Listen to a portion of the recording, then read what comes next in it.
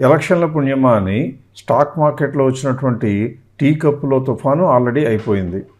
దాని తర్వాత సమగ్రంగా విశ్లేషణ చేసి కొనదగిన కంపెనీలు 5వ తారీఖు సాయంత్రానికి ఎన్ని ఉన్నాయో చెప్పాలనే ఉద్దేశంతో ఒక వీడియో చేయటం జరిగింది.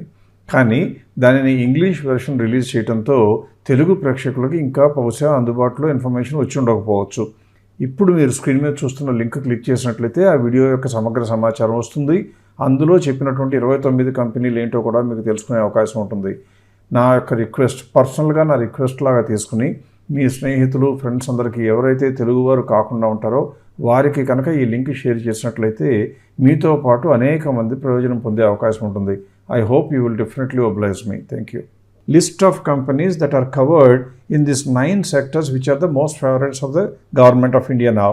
The companies from different industries that are investment worthy now between 10,000 crores market cap and 50,000 crores market cap.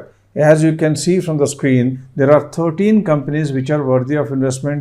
Now, coming into the large cap segment, more than 50,000 crores, how many companies are there among these 9 industries? There are 16 companies which are worth buying. What are they?